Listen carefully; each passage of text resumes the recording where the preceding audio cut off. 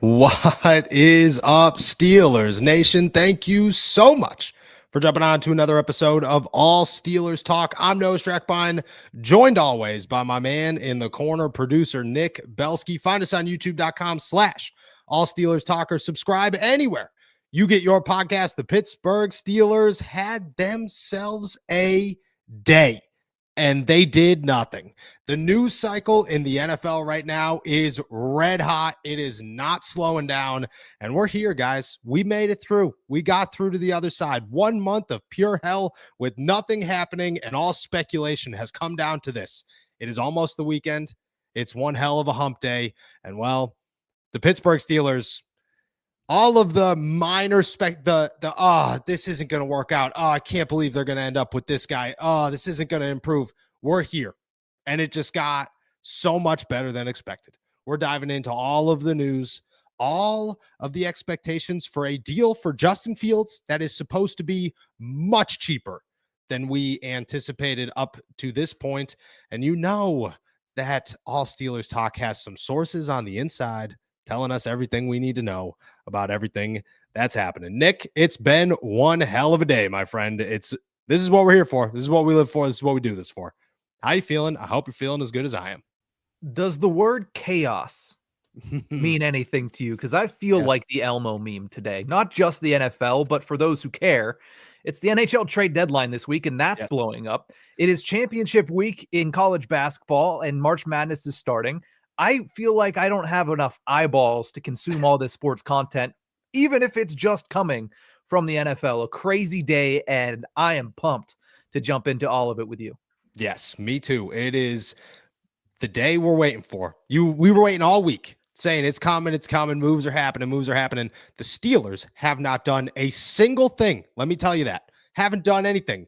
And their news cycle is massive right now, which means two things. One, expectations just went through the roof.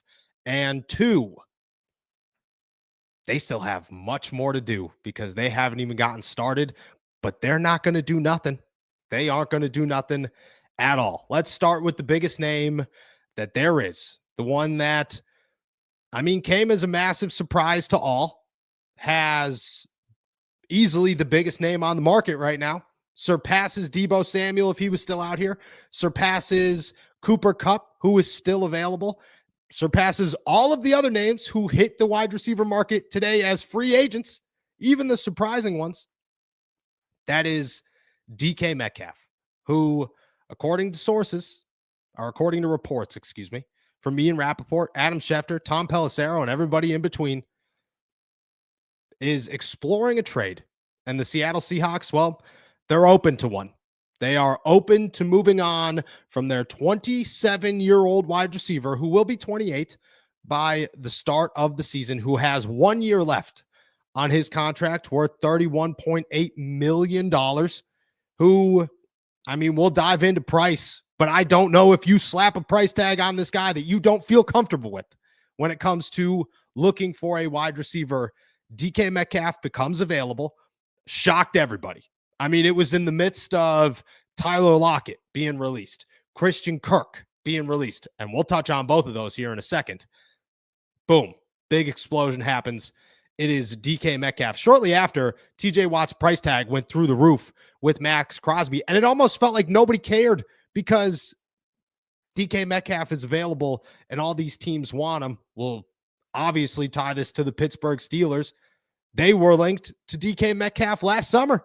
Me and you sat on this exact podcast.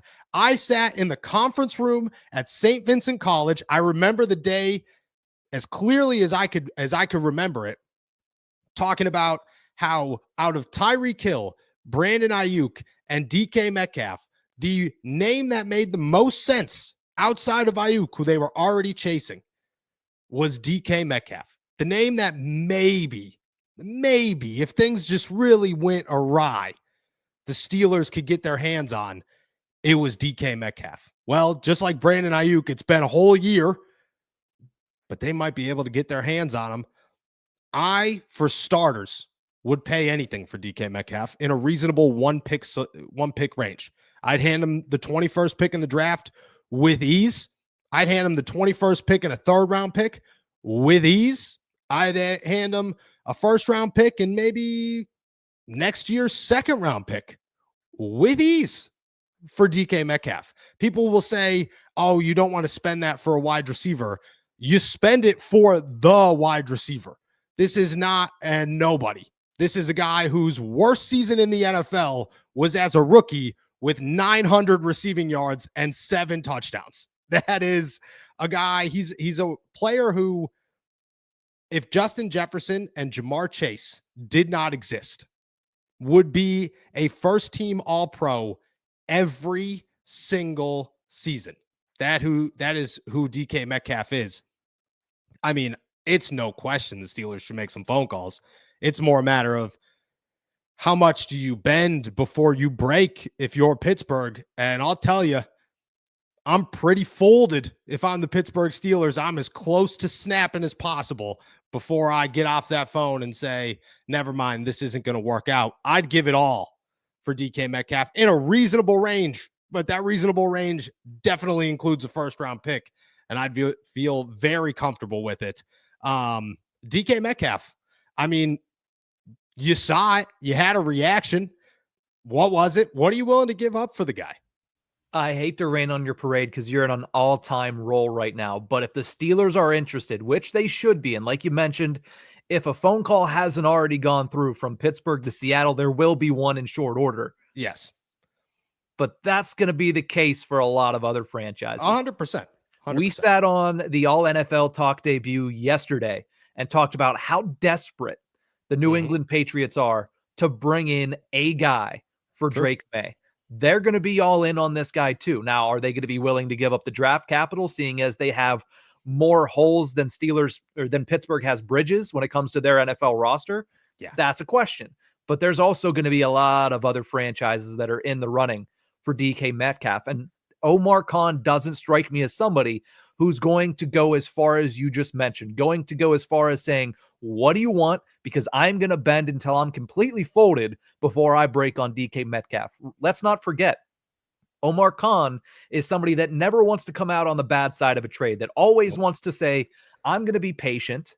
And that patience is going to lead me to sometimes missing out on options, which we saw last year, but sometimes it's going to lead me to making really good trades, aka getting technically Joey Porter Jr. for Chase Claypool. Agreed. I think because of that prior knowledge of the way that Omar Khan has operated since he took over as general manager, matched with the fact that DK Metcalf is going to be highly coveted around the NFL, I feel like the likelihood of the Steelers becoming the favorite in this conversation is low. I think don't say low. It's definitely can't be low. I mean, but there's going to be other teams. That's what I'm saying is like, I feel like other teams are going to be above them. Why would you not try to outbid other teams if you were the Steelers? What would be your reasoning behind that? Because simply because I don't think Omar Khan's somebody that wants to go into a bidding war. I don't think he has that in his soul. I mean, I definitely do. He was in a bidding war last year with Brandon Ayuk. He didn't win. Why didn't he get across the line? He failed, but he was there. He won the bidding war. He outlasted everybody else except for Brandon Ayuk. That was the only guy he couldn't outlast. But I think that and if that's the case, shame on Omar Khan. And I don't believe that's the case. But you enter a bidding war for DK Metcalf. This is not Cooper Kupp. This is not Deebo Samuel. This is not Tyler Lockett or Christian Kirk or Tyreek Hill, who's 31 years old. This is $31 million DK Metcalf, who's worth every penny, who you will get to sign to an extension for $35 million. But we've already had the conversation of we'd be willing to pay that for T. Higgins. I'd be willing to pay that more for DK Metcalf. DK Metcalf is definitely a better wide receiver. He's healthier. And I mean, you could make the argument of the attitude issues. If Pittsburgh could keep him calm, I'm all about it. I think I agree with you. Maybe he doesn't want to get into a bidding war. Shame on Omar Khan if he doesn't, because you get into a bidding war and you try to outbid. I'd outbid anybody. If the New England Patriots are willing to give up the 4th pick in the draft for DK Metcalf, let them do that. Mike Vrabel's job's already on the line. It's pretty much over at that point. Like ship has sailed. He could go to New England because the Patriots won't win a Super Bowl the entire time he's there after doing something like that. Because That's just wild, especially in a draft where you have an opportunity to take your franchise left tackle, which you desperately need, or a guy named Travis Hunter who could play wide receiver, maybe at the same level as DK Metcalf, and you don't have to pay him or trade your first pick, and you get him for 4 years. I mean, that one would be wild. I do expect a bidding war. I agree on that one. My argument is win the bidding war. Win it. Yeah. Like, don't lose the bidding war. This is the splash. Think about how much better the Steelers offense gets with DK Metcalf. I'm not getting rid of George Pickens if that's the case. I'm keeping George Pickens. I'm keeping DK Metcalf. And I'm trading my first round pick for DK. Most likely. That's what it's going to cost. Minimum. And then you just that's a Mecca Ibuka. You just landed your first round wide receiver. Yes, he's worth $35 million, but that's okay. That's okay. You have the money. Go get Justin Fields. He now has one hell of a receiving core, and go fix your defense later in the draft and everywhere else, because you still have a boatload of money and you have a second round pick, which you could go get anything else you want. I just feel like there's no reason not to go try to win the bidding war. I just, maybe I'm wrong, but in my eyes, DK Metcalf makes the Pittsburgh Steelers offense legitimate. I'm not going to say they're a contender, but they're legitimate. That's the best thing you could do for Justin Fields if you're trying to make that thing work. Yeah, it'll be Justin and the Aliens. You can print the shirts now, because it'll just be, he doesn't need accuracy. He could just throw it up, and those two guys are going to come down with it because they're going to be ahead of everybody. I don't disagree with the fact that DK Metcalf is a game changer for the Pittsburgh Steelers. If they run out there with Metcalf and Pickens, I don't care who's the number 3. I like Roman Wilson. I like Calvin Austin, but they don't need to even be in the conversation at that point. The only thing I'm saying is, if it comes down to a bidding war, I feel other GMs are going to be more desperate than Omar. I don't get the sense of desperation from Omar that I get from other general managers. And I think that's what it comes down to. All I'm saying. You might not be wrong. You might not be wrong. And there are going to be teams. My biggest question is, who are going to be those teams? Because if it's the Buffalo Bills, you could outbid them. If it's the Kansas City Chiefs, you could outbid them. And the Chiefs are crazy to go out there and get a $31 million wide receiver when they can't afford offensive linemen. They need everybody because of the guys that they have signed. I mean, I don't know who else would be super desperate at the end of the draft. The Chargers. The Chargers might be a name. That could be a dangerous name. Vegas is interesting too. But my thing with the top half of the draft, okay, is you're not going to give up your first round pick for DK Metcalf. Nah, they're crazy to give up 7. Crazy. I'm not saying they wouldn't, but that's crazy. That's where it gets too far. Is a wide receiver is never worth a top 10 pick ever. And look, I'll try to confirm this. I will try to do my research and talk to people around the league and see who's interested and who's not, because I think that would give us a really good idea of how real this situation is. But I think top hat, if you are picking 7th and you trade the 7th pick in the draft and you don't have a quarterback, what are you doing? How did you end up in this wild scenario? Now I get it. Played for Pete Carroll. You have that tie. You definitely have that tie. But at the same time, the last time they traded for a wideout was Devontae Adams, and that did not work in their favor. So maybe it comes back to bite them in the butt. If you could eliminate the Raiders and the Patriots, I think the 21st pick in the draft, outside of maybe Los Angeles, that one's the real one, is a lot better than anything else anybody could give you, as long as you're willing to go to add to it as others are adding to it. If somebody's adding a 3rd round pick, you got to add your 3rd round pick. But if it's New England's 2nd round pick and their 3rd round pick versus the 21st pick in the 3rd round pick, you win that. You're going to walk away the winners on that one. And the good thing is they're in the AFC. So they don't have to, they're not competing with the Seahawks. Don't care if the Bills win the Super Bowl. You know what I mean? They care if the Rams get DK Metcalf, which works in the Steelers' favor. I'm not going to rule it out. I'm not going to rule it out. I think this is the offseason where if there's ever been an offseason where the Steelers are saying, we're going to do something stupid and we're going to see if it works out, this is going to be the offseason. This is going to be the offseason. If they don't, go ahead. You look like you got final thoughts there. No, I don't agree with that sentiment, but I could see there's a chance that they're like, you know what? Screw it.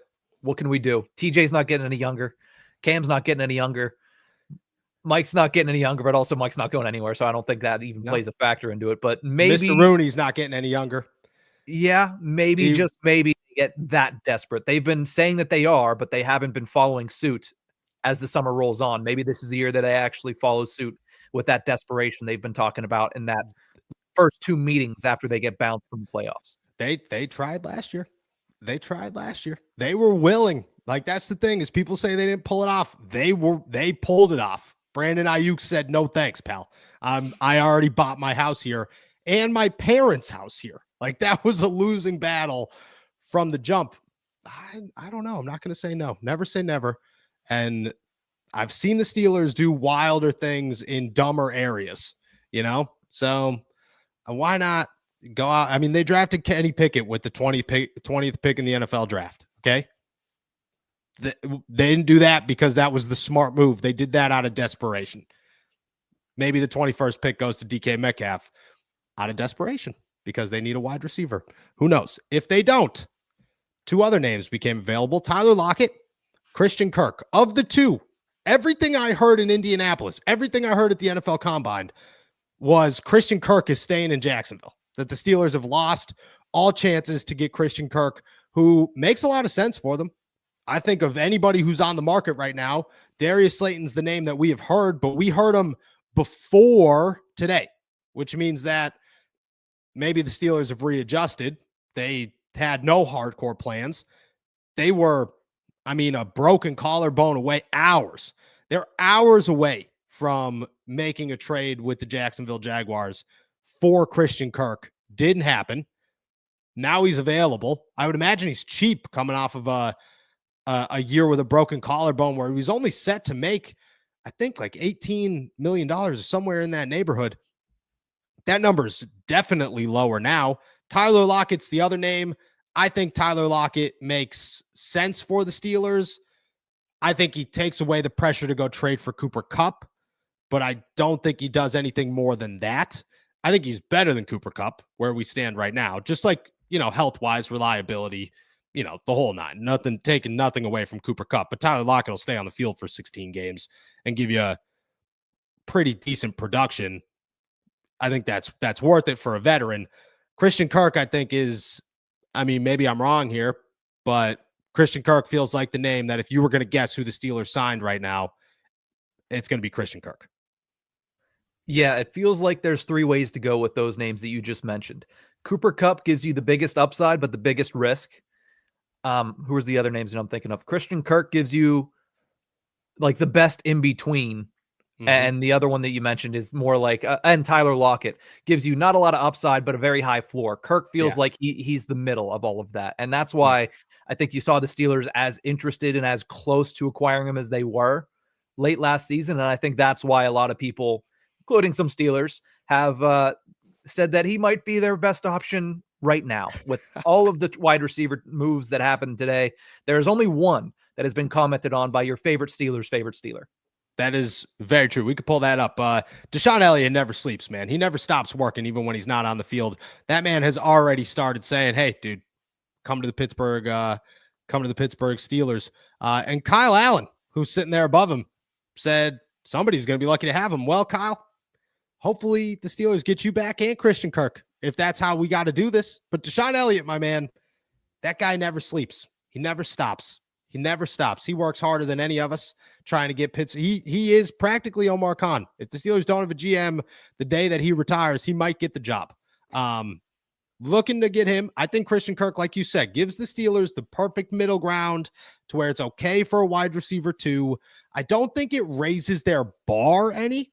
Like, that's the thing, is I think you could come up with a billion scenarios where it's Christian Kirk, George Pickens, Darius Slayton, George Pickens, Chris Godwin, where you're looking at it going, okay, that's a pretty good receiver core. That looks a lot better. But a lot better out of nothing is really not that great, and that's where they were. And I think it's good. I think their wide receiver core would be good. Don't think it'd be great. I don't think it really moves the needle for me as this makes Justin Fields' opportunity way better, because that's my thought with, I am okay. We're not going to say I am okay with the Pittsburgh Steelers having the train of thought of George Pickens and some. Great. My only thought is DK Metcalf is the only wide receiver within this group that you look at, you add him to your football team, and you say Justin Fields' chances of succeeding just got way higher. Not saying they blew up, not saying they went through the roof, not saying they're guaranteed. Just saying they got way higher. Christian Kirk, I think, is number 2, maybe, of this is a reliable guy, but I don't think it gives you room to get rid of George if that's how you feel you want to go about things. I think it still leaves the door open for an Emeka Egbuka in the first round, certainly. And to be honest, I wouldn't be surprised if they added Christian Kirk and somebody, because they need 2 guys to fill the gap. But I agree with you. I think that Christian Kirk is the name. Everybody's going to talk about Tyler Lockett. I feel bad because our boy Jack Markowski on Steelers on SI wrote that's going to go out tomorrow morning, good piece about how the Steelers and Tyler Lockett make a lot of sense. We're crapping all over that right now. And it's because I think it's true. It just doesn't, in my head, it doesn't raise the bar. It doesn't do much. There are better options out there. Darius Slayton's a better option. To be honest, Stephon Diggs is a better option than Tyler Lockett. And they're the same age. I mean, he's definitely better than Amari Cooper, and Chris Godwin's better than both of them. But I just don't think that he doesn't do anything for me to just sit here and say that's a guy. Christian Kirk does enough. Again, DK Metcalf. Let me ask this: Would you trade George Pickens for DK Metcalf? George Pickens at a 2nd round pick for DK Metcalf. George Pickens at a 3rd round pick for DK Metcalf. Is that final answer? That's final answer. Okay, DK for George in a 3rd. See, that's difficult because you do put yourself in a similar situation that you already were in, and you do that while getting rid of a 3rd round pick and taking on a lot more salary. So I'm not sure that that's something that I would do. I think if I'm going to get DK Metcalf, I want to get him for the express purpose of putting him next to another alien and saying, listen, you two are the Bash brothers of the AFC North. You're going to bully people, you're going to outrun people, and you're going to run people over. At least DK is going to run people over. Yeah. George might try to senton superplex him or something. I don't know. When he's in the open field, he does some crazy stuff.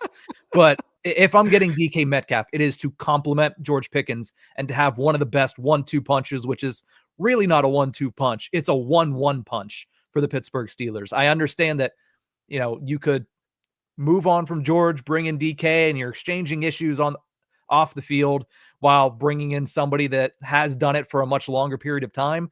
But I'm not trading away a young guy who still has much more in front of him for DK Metcalf, who brings similar things to your team and is still going to be flanked at the moment by really not a lot around him. Like I said, I like Roman, I like Calvin, but you need to seriously improve your wide receiver core, and just exchanging your number 1 wide receiver for an older version of himself is not enough. What if you knew that the Steelers' 3rd round pick was going to be a quarterback? I mean, it makes me more inclined because I'm not overly concerned, but no, still no. I think the big thing for me is not the 3rd round pick as much as it is exchanging George for DK. I just don't think that helps the Steelers in the end. Okay. I think I'd give up George in 3rd round pick, and I think that I like George, I do, but I think that you'd sign DK. And I think where DK is, character-wise, we've seen, DK is the guy that on the field is probably going to punch you in the face. And if that stinks, you don't want that around. That's terrible. But, and I sound like every NFL team right now. Let's make that very clear. I sound like every NFL team. I'm the guy that I could fix you. Okay. You will be better here, which is not true. It's a complete opposite of true. But DK Metcalf, he'll just punch you in the face on the field. George is going to show up 15 minutes before Christmas and be like, oh, I got to be out there, man. I didn't even put my shoes on yet. Like, what are we even talking about? And I just think, if I had to take one for the other, I'd take the one, but I hear you. I do definitely hear you. It's just, in terms of how NFL teams think and operate, man, it would not surprise me if Omar and Mike Tomlin are sitting around going, we could fix him. He'll be fine in Pittsburgh. Character concerns are not an issue. You know what I mean? Like, we've been through way worse. Nobody even remembers that Antonio Brown threw furniture at an old guy and his grandkid. Nobody even remembers that. Like, we'll be fine. I just think that conversation could happen. I'm not out on DK. I got to make some phone calls and I got to really see, where everything is. And that'll change a lot of things, but I'm not out on DK. I am in on Christian Kirk. I think that Christian Kirk becomes the most realistic option for the Pittsburgh Steelers where we sit currently, and is the name that I'm watching over the next couple of days if I'm anybody. And he could sign pretty immediately. I'm pretty sure he doesn't have to wait. He could sign now. So look, at my best advice to the Pittsburgh Steelers is work fast. Do this quickly. Don't be waiting. If this hits next Wednesday and the Steelers don't have a wide receiver and everybody else is off the board, the only fault of theirs is their own. That's on them because they have messed this one up. Now, who's throwing them the football? Justin Fields, most likely, right? We all anticipate Justin Fields is going to be the guy. Ray Fittipaldo says that if it's not here by Monday, if there's not a deal in place, the Steelers might go a different direction. I got a hard time believing that a deal isn't going to be in place by Monday. Now, me and you talked before the podcast yesterday. I told you I'm not like, I don't know where I stand. I'm still very confident, but the things I'm hearing are not the most like, they're there. They're at the goal line. I don't know if they're at the goal line. I have no idea if they're at the goal line. I'm not assuming they are. Now, according to Albert Breer of Sports Illustrated, according to several other reports, honestly, in the past couple of days, or speculation in the past couple of days, the number for Justin Fields is significantly cheaper than we imagined. Significantly. We were talking $20, $25 million. I said anywhere from 15 to 20 is where I'd feel comfortable. Probably you'd have to get somewhere between 22 and 25 if you get into a bidding war. According to everybody around the league, and this is not with the Steelers, this is just in general, Justin Fields is viewed as a guy who could get a 1-year, $10 million deal like Sam Darnold. And I'll tell you this, if that is the number, and I don't believe that that's the number, I believe that number's higher. I don't know how much higher, but I would believe that number's higher. Somewhere probably around the 15 range. If it is 10 and the Steelers are lowballing this guy at 7.5, blow it up. Blow it all up. It's over. You have no shot. You're not even trying at this point. You're very much so okay with Daniel Jones coming for 3.5 and you'd make that work in 2025. Because if 10 million is the number for Justin Fields, that deal should have been done weeks ago. No questions asked. Now, again, that points in my direction to say, I doubt it's 10. I don't think it's 10. If I had to guess, maybe it starts at, maybe the league's evaluation of him is $10 million. Justin Fields' evaluation of himself might be 15. Steelers are trying to meet in the middle. Again, pay the man. Just give him 15. Be okay with it. Because in my eyes, anything under 20 is an okay deal. You can make it work. You can make it work just fine, especially if it's a 1-year deal.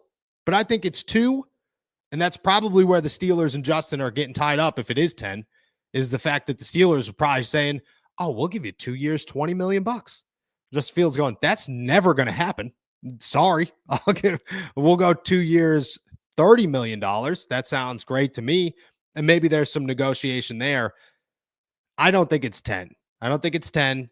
I do think if it is 10, the fact that this isn't done yet is mind-blowing to me. Makes absolutely no sense. And I mean, it opens up all of the possibilities for the Pittsburgh Steelers if it's true. I would guess it's 15, You sit. What's your number? We're heading into. It's Wednesday afternoon. We're getting real close to this. It's Monday. Monday morning is when things become very real for the Pittsburgh Steelers and their quarterback situation.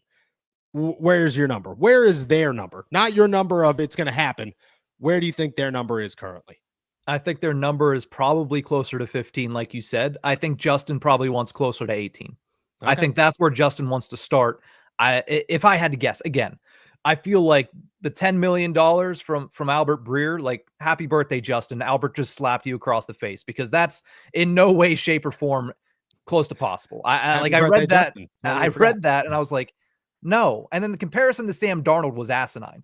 Like, Sam Darnold signed that to be the seat warmer for JJ McCarthy. If Justin Fields is signing this offseason with the Pittsburgh Steelers, it is not to be the seat warmer for anybody. It is to be the starter. So in no way, shape, or form are the Steelers looking at this like the Vikings looked at Sam Darnold. That is an asinine comparison. Sorry to Albert Breer. It's just my opinion.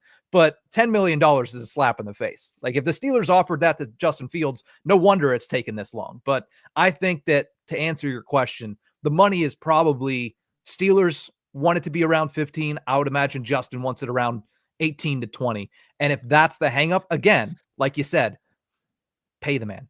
Yeah. You're not getting any better options right now. You're not going to be able to pinch pennies with this. It's your quarterback position. Pay the man.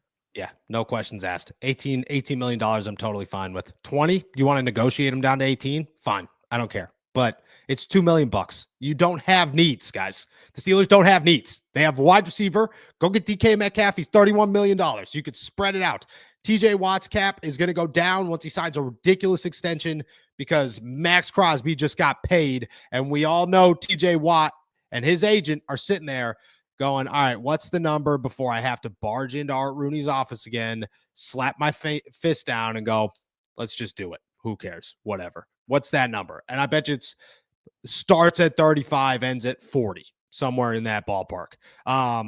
And besides that, you're gonna spend minimal money on your defensive line. You're gonna spend minimal money on the cornerback position, because I was told last night that there are names out there on the cornerback market that we have talked about, and I'm pro player, so I'm not going to toss names out there with dollar signs, because I want these guys to get paid even more. But we were talking $5-6 million. It's probably $2 or $3 million. That's the $3 million. Go give it to Justin Fields. Like, you just saved it right in that instance. You're going to go draft a lineman, who I have a new favorite. His name's Jackson Slater or Slater Jackson, one of the two, out of Sacramento. And that dude's a freaking monster, man. Best tape in the whole draft, hands down. Go watch him. And you're going to go sign Jalen Warren for $3 million. You don't have needs. You have a wide receiver need and a quarterback need. That's it. That's your expenses in 2025. You can make that happen when your quarterback's not $40 million and you have $62 million plus could probably get to $105 million before you even have to start getting crazy with anything. Like, you don't even have to consider cutting Cole Holcomb until you get to about $105 million. Good. I was going to say, I do want to push back on a little bit of the you don't have needs, but the quarterback position trumps everything. Second string corner, everything. Like, I don't need to go down the list, but it's your quarterback position. This is clearly the guy that you should be signing. And I think most people would tend to agree with that. Stop haggling over price. Just get the deal done. Yeah. Just get the deal. None of it matters. Your expenses don't matter if you don't have a quarterback. You could go get everything else. None of it matters if your quarterback is Skylar Thompson. It's all out the window. Justin Fields is the easiest answer. He's the best answer.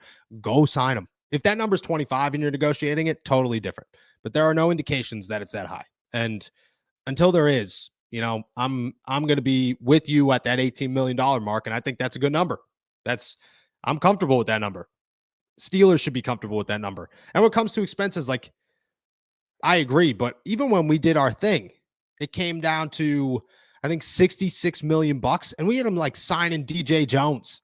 And I don't even remember who else, but they were spending money. Nate Herbig's going to be $1 million.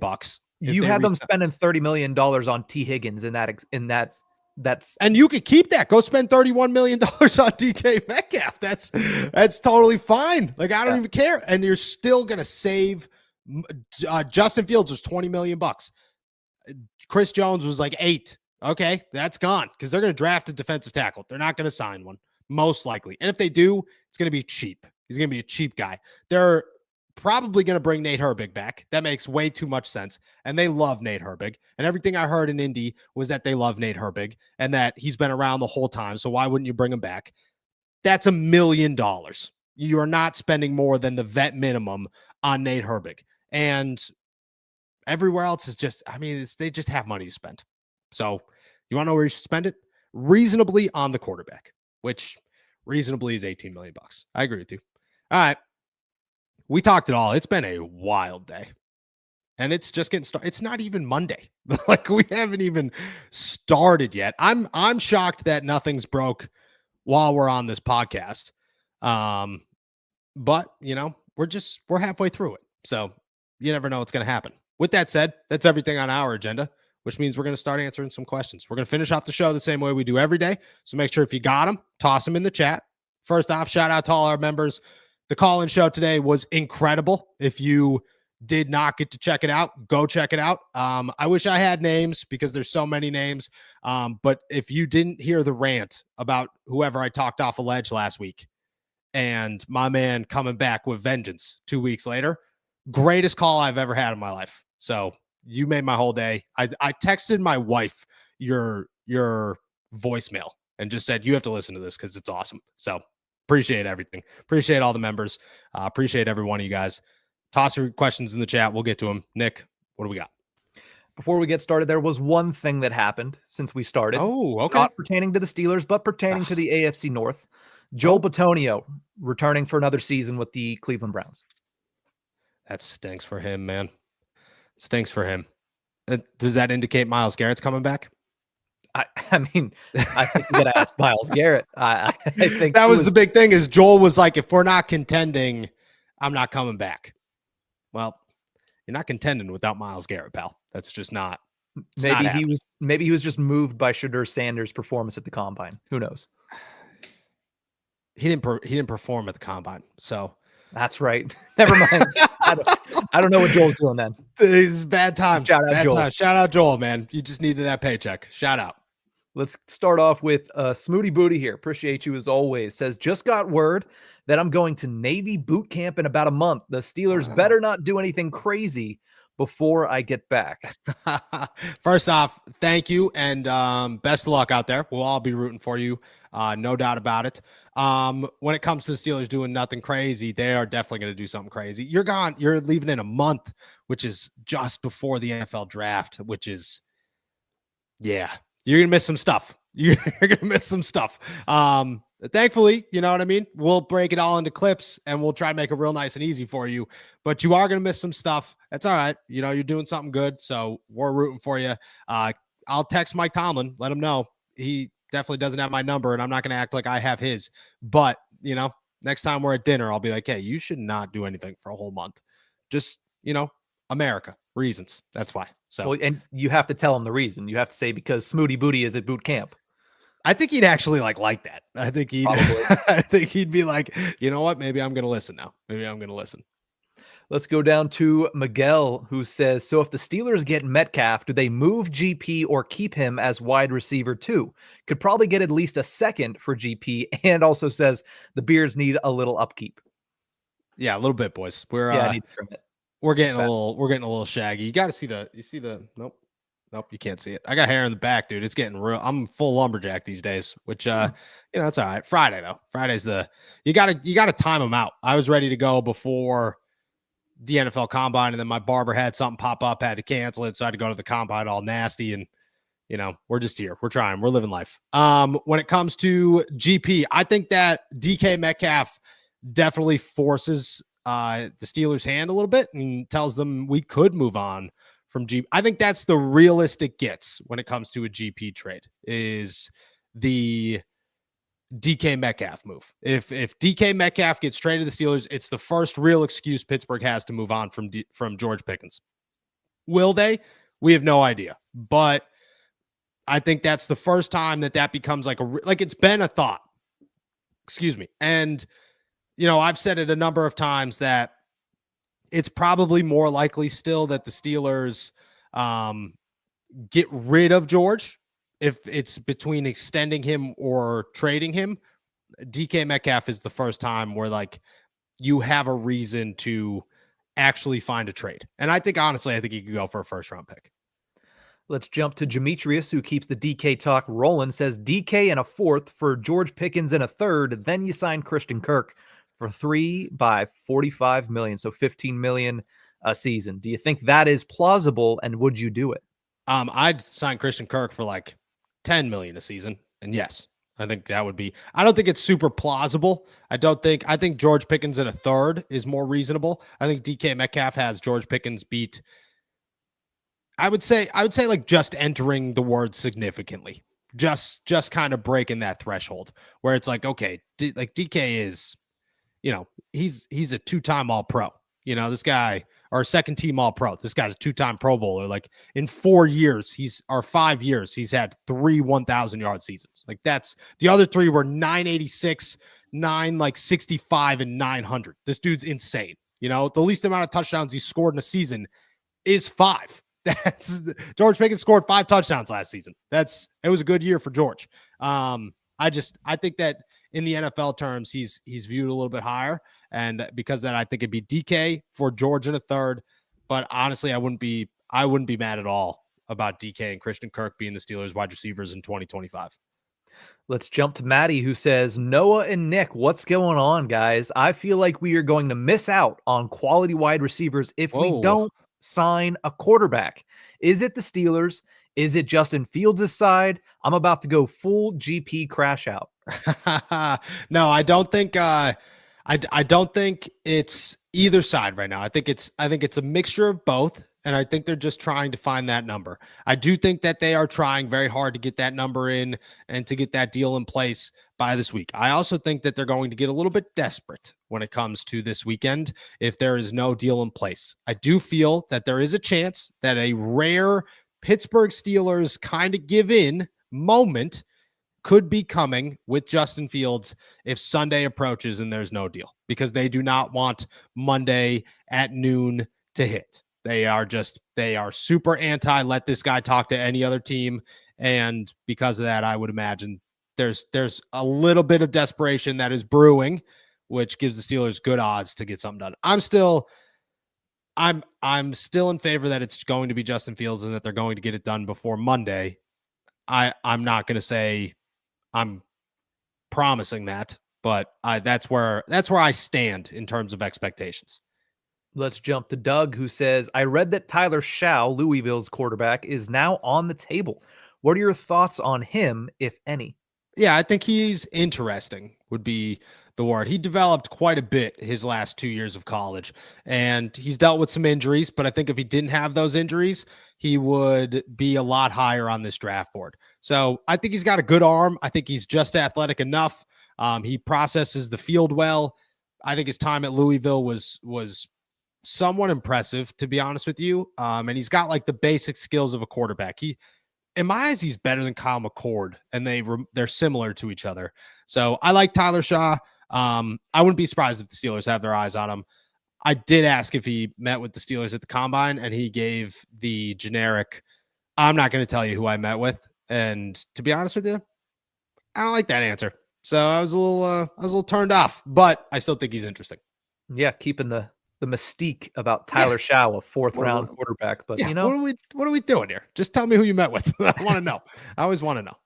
Let's go to, I wonder if it's the same person because it's the same profile picture and first name. We got Doug V. Now we got Doug E. Fresh, who says, is there any chance that Bob Nutting is doing the negotiations with Justin Fields and his team? I can't imagine this being a hard deal to compromise. That's crazy if this is the same person. Shout out Dougie Fresh. Crazier if it's not. Yeah, it is actually. I love the names too. You never know. You never know. Shout out the Pirates, man. We are 22 days away from opening day, and well, we'll see what happens. It's fun now. You get like a good month of it being fun, and then it's over.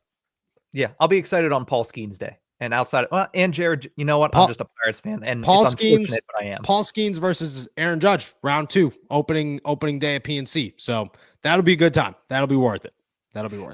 Let's go to Heath, who says the latest BS mock draft has Sanders falling to the Steelers. Do you like this or not? Yeah, I saw it. I actually had somebody who writes for us on Steelers SI message me and say, yo, I think we should write this. And I said, yo, no chance it would ever happen. We're good. And that's just where it would never he is not falling for anybody, because there are many, and I'm not saying it's anybody in this chat. I don't, you know what? I have higher expectations for all of you guys anyways. It's none of you in this chat. There are so many people out there that truly believe there's a possibility that Shedeur Sanders could fall out of the top 10. What are we talking about? What? No. I would be shocked if Shedeur Sanders falls out of the top 4, let alone the top 10. And if he makes it to 21, you could come take my car and my house, because I don't know what I'm talking about, and I would bet it all. So that's I'll go give it to Dion, because he's going to need a place to stay when he's out here in Pittsburgh. So he could move in, and I don't know. I'll go live in my truck if I have to, but that's never going to happen ever in a million years. Thank you for calling it out, Heath.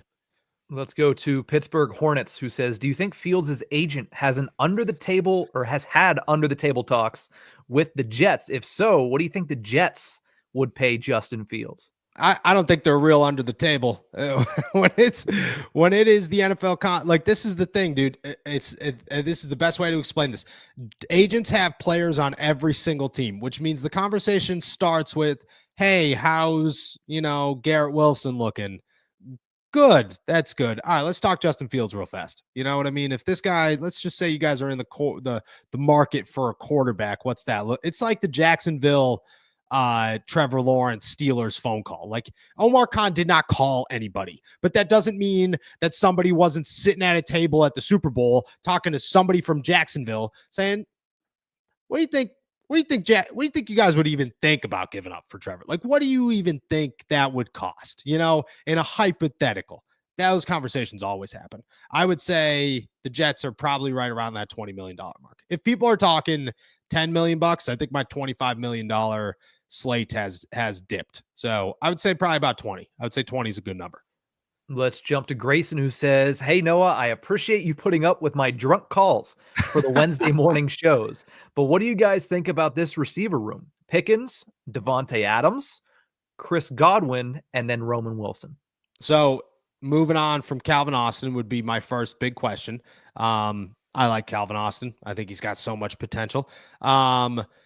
I like the rest of this. This is a great hypothetical. This would be awesome. I do think you'd be spending a lot of money on Chris Godwin and Devontae. I get that Devontae Adams, like, market value is like $10 million or something. I got a hard time believing this guy signs for anything less than 20.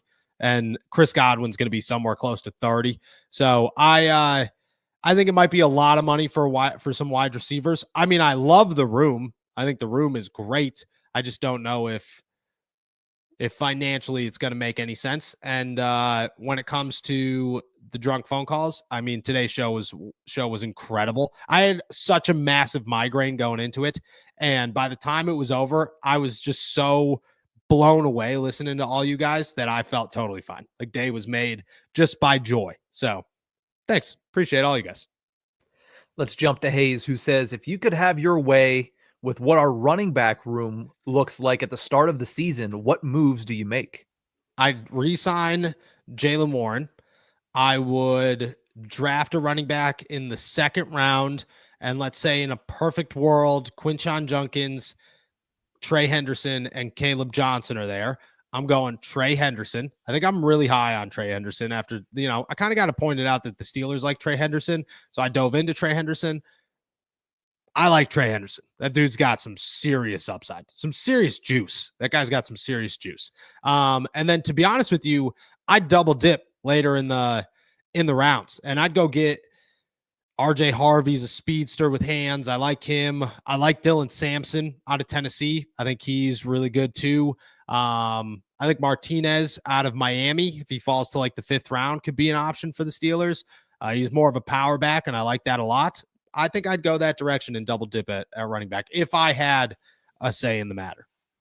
Let's go to Kevin now, who says, if the Steelers, for some reason, draft a nose tackle late in the draft, what do you think of Stackhouse? Ooh, I don't know if I know Stackhouse. I'm going to need first, last name, school. First, last name.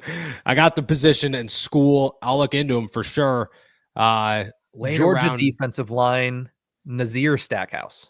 Oh, I actually know Nazir Stackhouse. Oh, I actually like Nazir Stackhouse a lot, to be honest. That's a big body. It's a big boy right there. I think I'd be okay with that. He's just another one of those, like, you're only going to plug him into as a nose tackle, and he's going to be the guy to just stand in the middle. And I'm okay with late round guys being that. I think that's what you're looking for as a developmental piece. Maybe a guy that in a year can replace Montravius Adams. That's what I kind of like out of this. Stackhouse, to me, that is, I actually do like Nazir Stackhouse out of Georgia. I am a fan. I've been a fan. Let's jump to Matt, who says, also, would a trade for DK persuade Omar Khan and Mike Tomlin to reconsider bringing Russ back to the black and gold?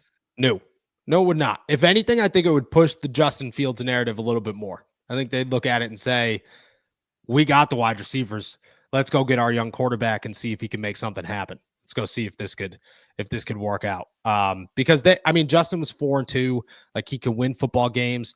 He was playing well with George. I can only imagine that he'd play better with DK Metcalf. I think that's what it comes down to. It's not about Justin gives them the better ceiling. I think it's, or Russ gives them the better ceiling. I think right now it's about the Steelers understanding that Justin Fields is the only option they have right now to see if they could develop a quarterback. And they are in that state where they need a long-term solution.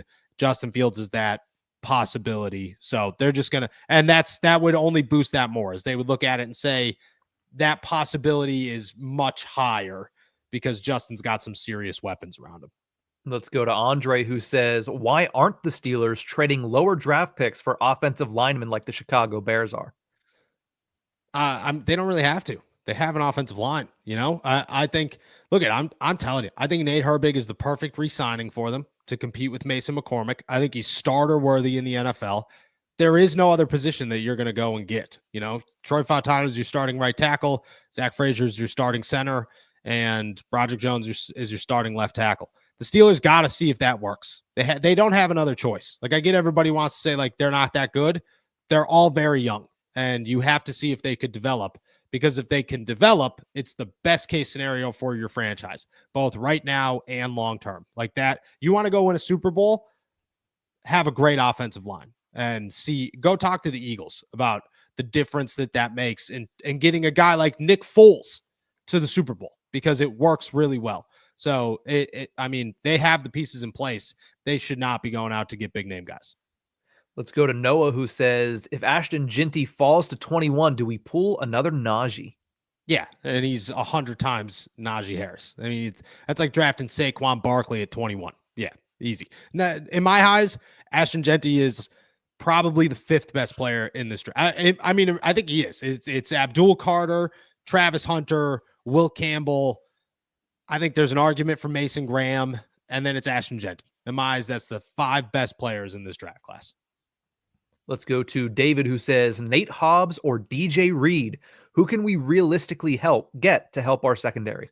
Nate Hobbs. I have a story coming out. To be honest, I had it coming out today. Things just got so crazy that I have pulled it back, and I'm pushing it to tomorrow. So I'll drop the report here that Gerald Alexander is pounding the table for Nate Hobbs to come to the Pittsburgh Steelers. They think he's the best slot cornerback in the NFL, word for word, right out of some source's mouth. And I think the Steelers are going to go land him. Now, that number is not going to be very high, and he's got 38 games of starting experience. He's 25 years old. So he's the best option for them.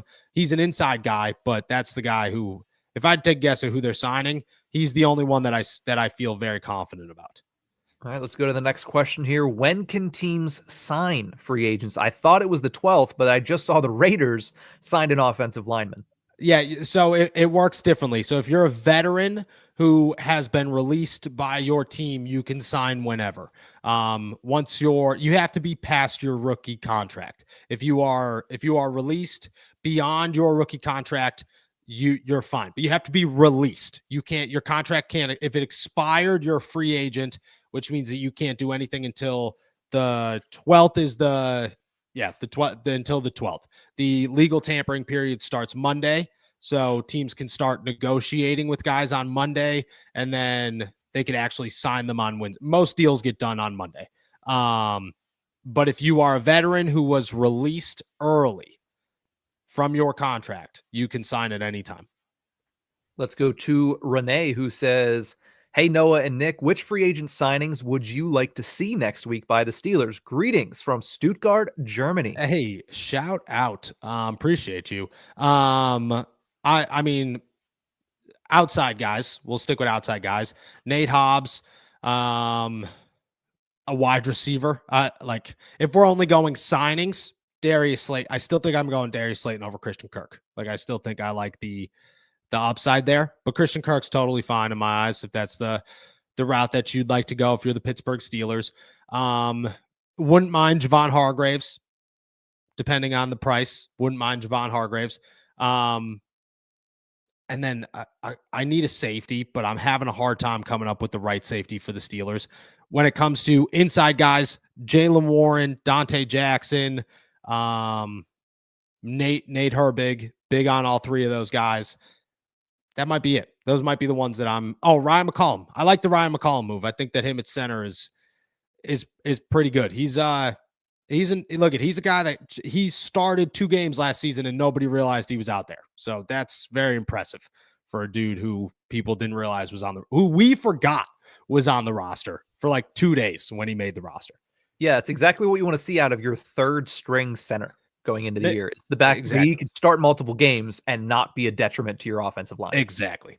People are more worried about Broderick Jones than your third string center. That's a compliment to your third string center. Let's go to Ryan, who says, why does everyone see Luther Burden so low? I thought he was the second wide receiver behind Teteroa McMillan. Is there something that I'm missing here?